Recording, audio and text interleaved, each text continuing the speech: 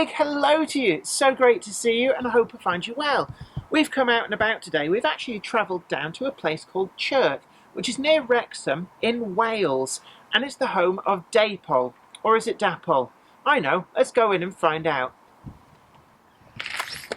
Today's video comes in association with Trainomatic, makers of DCC decoders and accessories that are designed by enthusiasts for enthusiasts. Find the full range available to order now at tramfabrique.co.uk.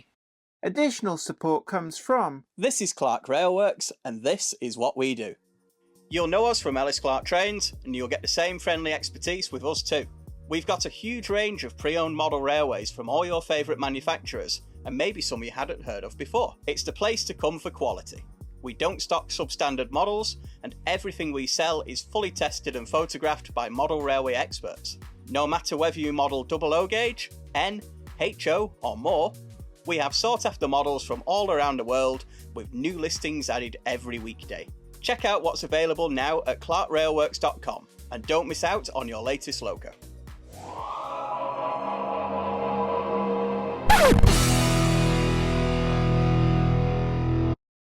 Entering the foyer, we're greeted by this layout.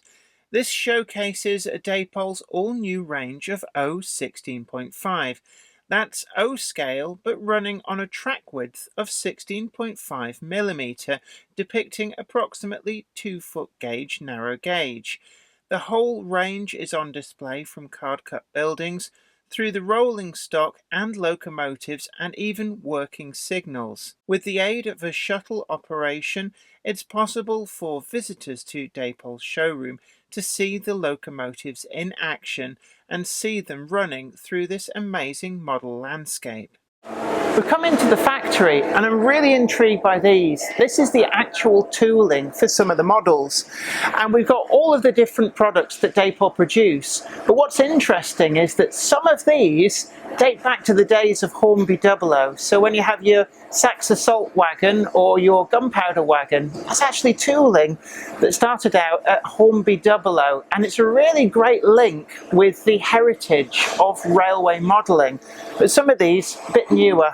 But it's so intriguing to see how a plastic model goes from just grains of plastic to being that finished article. And today we're going to look through the entire process and find that out. Because this is quite a big machine. Yeah. So what's the difference between what you're actually producing on this to, say, some of the smaller machines? So the bigger tools need more clamping pressure. Right. So this can clamp up to 250 tonne worth of pressure. Right, okay. Whereas some of the smaller machines are only 35 tonne worth of pressure. So the bigger the mould, the more the clamping pressure you Right, need. so it would be the big objects, like some of the O-gauge items would be made in this machine. Well, this will be pumping off line body for the line wagon. Right. So it's quite a big, well, it's not the biggest tool we've got, but because of the width of it, it needs, and it's got more than one cavity, it needs to be clamped quite tight. Right. Otherwise you'll get sort of flashing around the edges of the body. Yeah, where it's sort of squirted out through the gaps. So obviously the pressure will keep everything where it should be and produce nicely. And how long would that tool be on the machine before it's changed to something else? Is it... Well, I put this on this morning and we'll probably run it for a couple of days till we've got, 1,000 or so produced, and then we'll swap to something else. And how easy is it to change the tooling on something like this? It's not too bad actually. As long as you're careful and precise, you can't really go wrong, to be honest. Right. We use a fork truck to sort of lower the tool from above down, and then there's a location ring on the back of this. Oh right, so that'll bring it up to... So if you look into there, just be careful, that's really hot. Right. You'll see the back of the tool, and on there there's a silver ring which locates perfectly into the hole that's there. Right. So you know your tool's centred. Right. So, because if you weren't centred, when you went to run it, obviously the nozzle wouldn't line up with where the hole is to inject the plastic. Yeah. So you'll end up with the plastic spaghetti instead. Exactly, yeah.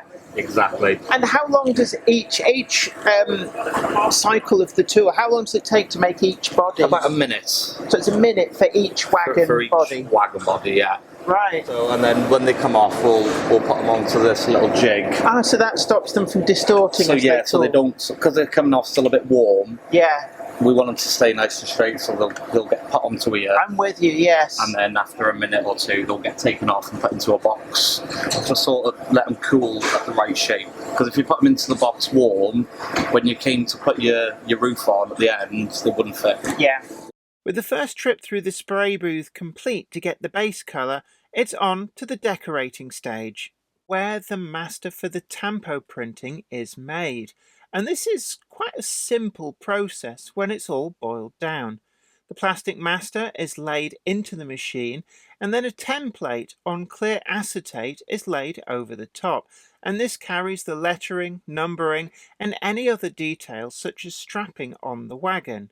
Using UV light, this is exposed to the red plastic master, and then by means of a wash with special etching chemicals, they are then recessed out, and this is a process that's quite similar to how etched circuit boards are made. The end product is very durable and can be put into the tampo printing machine, and we're ready to start decorating the livery on the wagon. And as you can see here, the process fills up those newly created recesses with the white ink that the tampo printing sponge can then transfer to the wagon. The end result is a really neat finish, and it dries almost instantly. It's then back to the spray booth, where with careful use of masking, it can be finished off with details such as the grey roof on this wagon, or indeed the wagon interiors.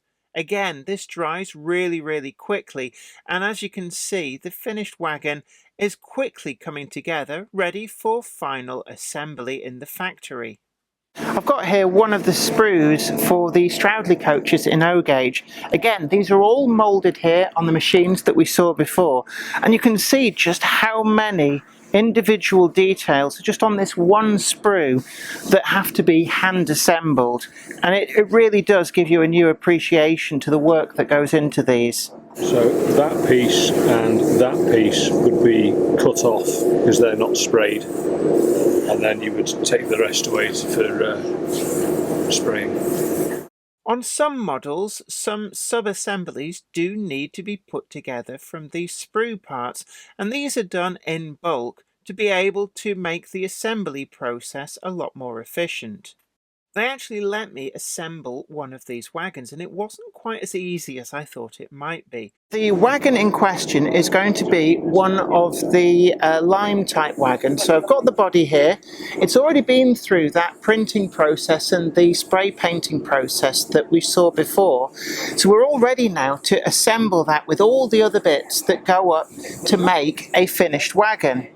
And the first thing we've got here is the underframe, and that's already had the metal weight glued in place. And these are done in bulk at the start, just to make it a bit easier in the assembly process.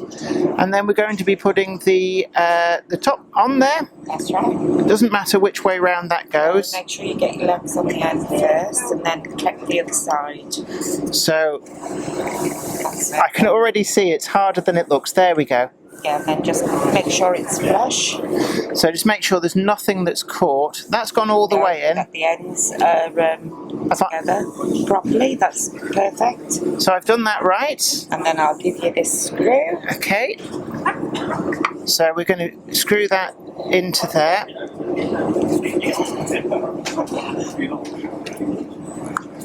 And how tight do we need this? Is it? Well, when you just get to the top, to stop it from bowing, you see on the front here, sorry. Oh, have I gone too far? No, keep going. Just keep going a little bit more. That's it, because I don't want it to bow. So is that? If you stand it up and just check it then on the edge of the chassis. So again, there's a lot more that goes into it than just putting pieces together. Yeah. So Put the wheels in. So the next step, we've got all these wheels, and so I'm guessing one side in, and then connect through the other. You might have to just pull it a little back a bit. That's it. There we go. So that's in, and then another one.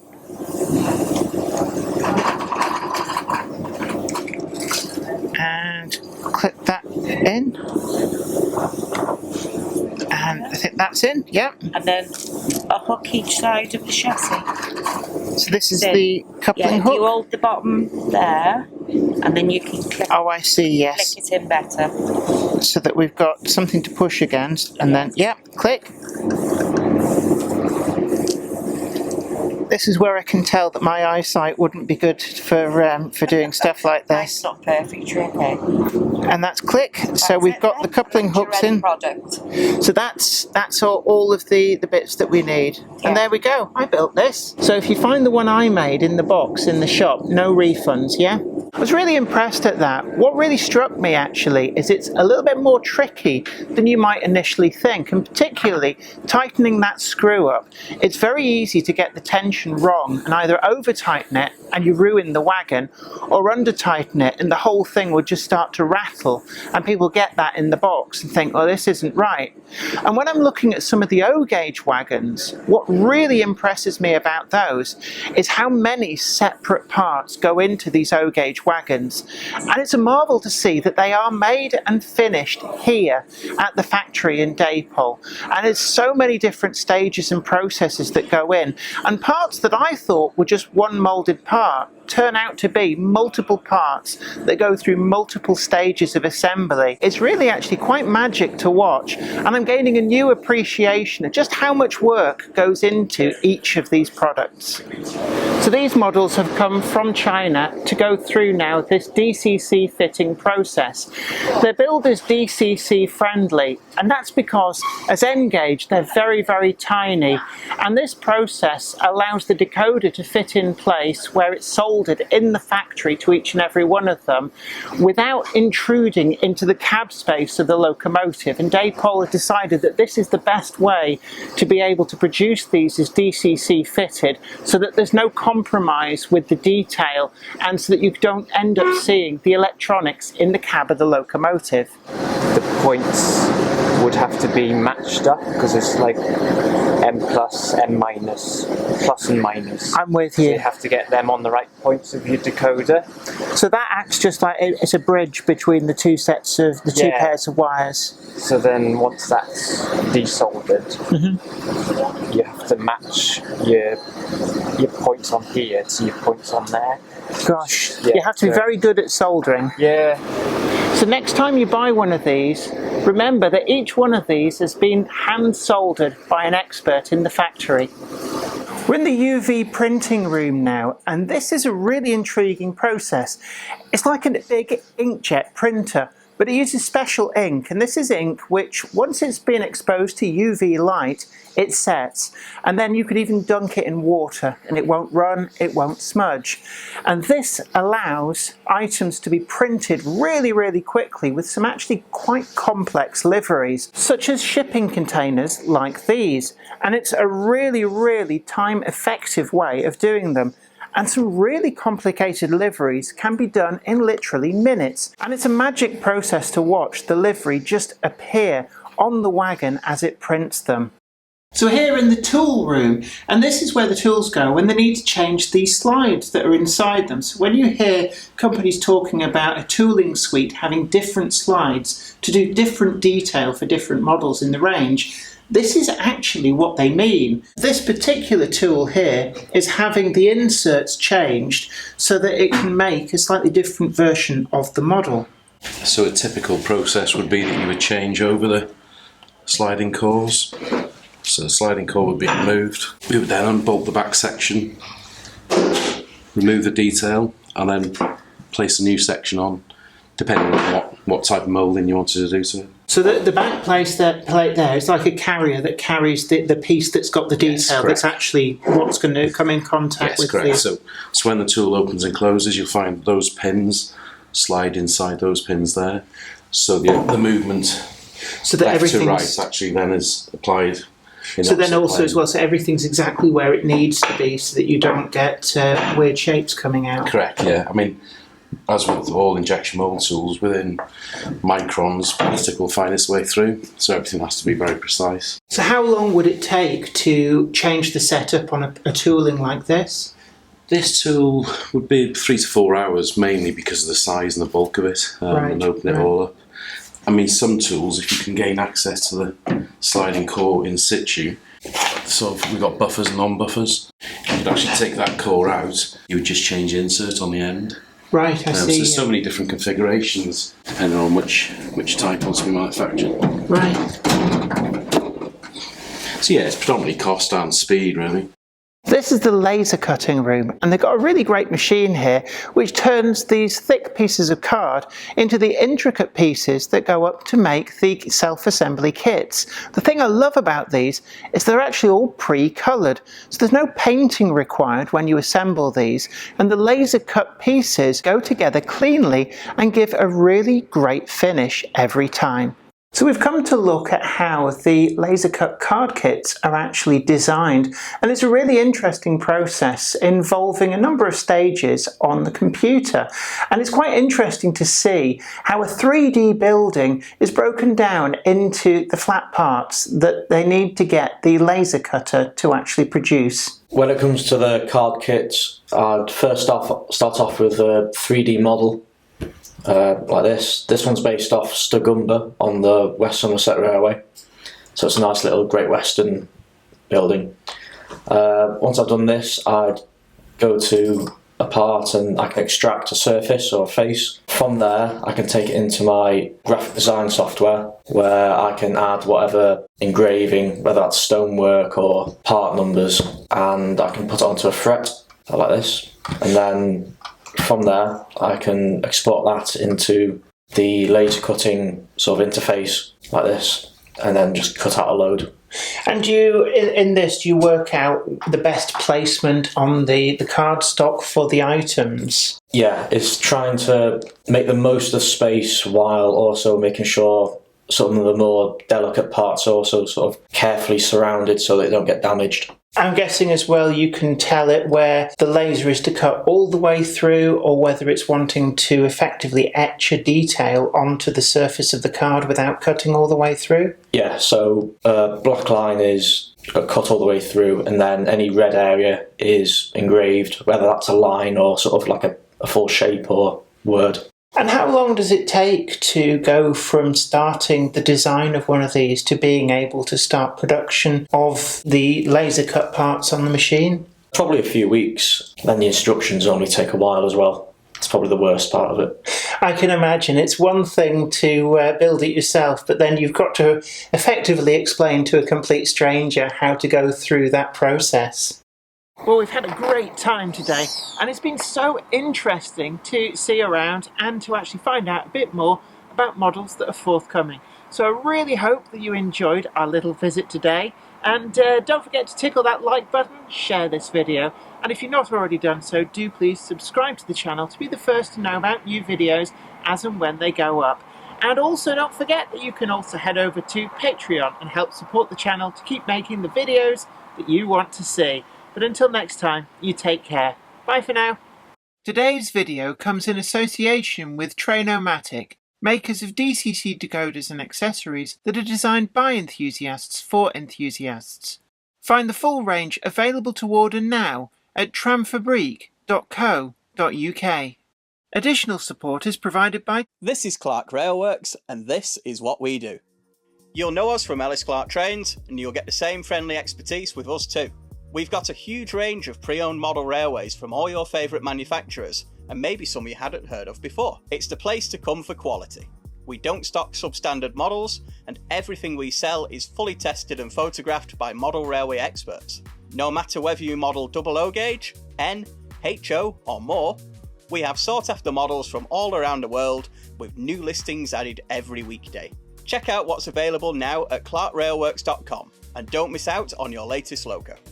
I'd like to send out a huge thanks to everybody who supports me on Patreon, but a special thanks go out to Anthony Kidson, Offshore Allen, Michael Lockie, Helen Sink, Gary Lewis, David Quinn, Sparky107107, George Botterini, Chris Moss, Robert Steers, Sam Yates, Dale Williams, John N from NC, NYMRish, Jonathan Foster, Peter, Clifford Ison, Larry W. Grant, NI Railways 4000 class, Ian Coulson, Alan Dickerson, Eddie Papere, Karen Nichol, Medwin Williams, Crossways Point Junction, 3B Rail, Jennifer Horton, Michael Rose, Trains with Nick, and Simon Snow. Thank you.